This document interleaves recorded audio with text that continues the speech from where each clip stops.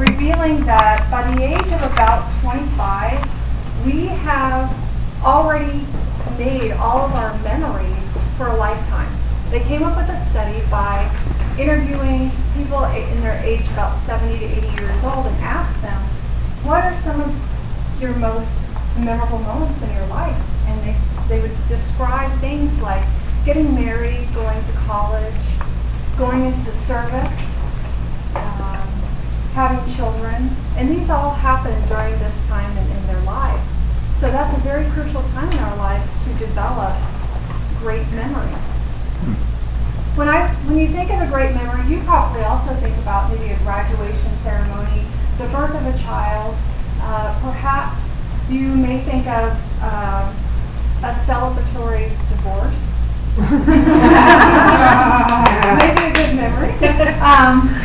Every day we have the potential to make memories, not only for ourselves, but for the people around us, especially for younger people around us, since their memories are usually, like I said, by the time you're 25 years old, you've made those memories. And that's very strong because they're things that you think about for a lifetime, good and bad memories. Researchers have long believed that changes in the brain, the neurons in the brain, are associated with the formation of memories. Today, most experts believe that memory creation is associated with strengthening of existing connections or growth in new connections between these neurons. The connections between nerve cells are known as synapses, so you may have heard that word before.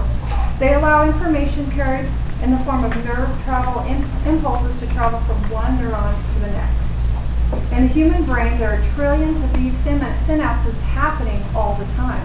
It's a complex and flexible network that allows us to behave, feel, and think. In the past, many experts described memory as a tiny filing cabinet in your brain, where you go and you retrieve that memory from that file in your filing cabinet.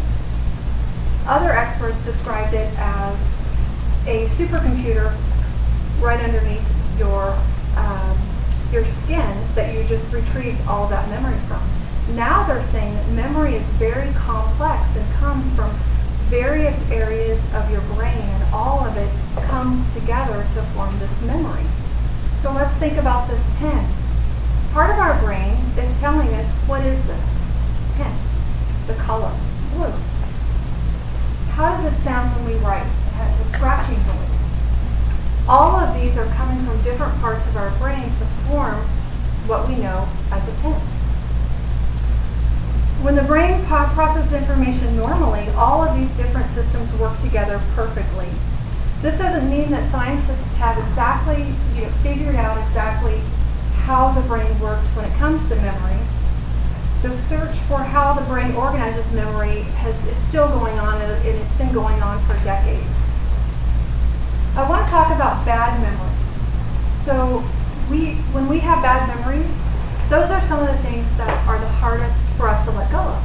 We can have thousands of wonderful memories in our life, but man, once we get that bad thing that happened, it sticks. And we think about it, and we think about it, and we go to bed, and we think about it, and we just can't get rid of that bad memory, and you just want to move on.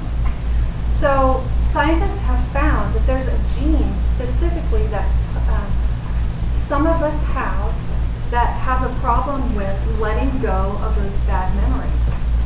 So what they're trying to do now is they're thinking about formulating a pharmaceutical drug that will target that gene to help us to get rid of those bad memories. So on top of all the antidepressants and all these other medications, we're going to be some very happy people. How many of us are constantly thinking about ways that we can motivate ourselves to exercise? So on New Year's Eve, we make that commitment to ourselves. We're going to eat right, we're going to exercise, get on that trip. And then it happens, and then we're like, I just don't have time. Well, researchers out of the University of New Hampshire did this study, and they found that people that thought about positive moments when they were exercising were the same people that continued to exercise.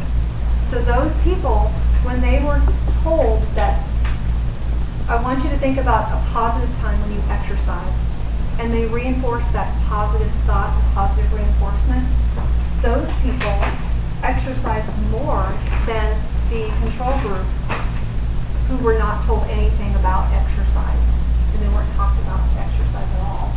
So maybe if we just tell ourselves and think about a time when we did some exercise and we had a good memory, maybe it was a hike with some friends or something, and motivate ourselves that day, maybe, just maybe we might exercise a little bit more.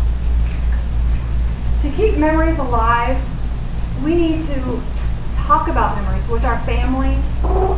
We need to talk about memories with our friends.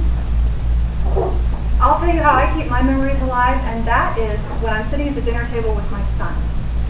I talk about memories. I purposely come up with memories. What is your favorite memory? What are some of your favorite things that have happened this summer? And that's how I'm getting him to always think about positive memories and to keep those positive memories alive. So the more you talk about memorable joys in life, the better satisfied you will be with your life. So to take away from that, one saying you probably all heard of is, you will always remember how somebody made you feel, but you may not always remember exactly how they said it. Thank you for that.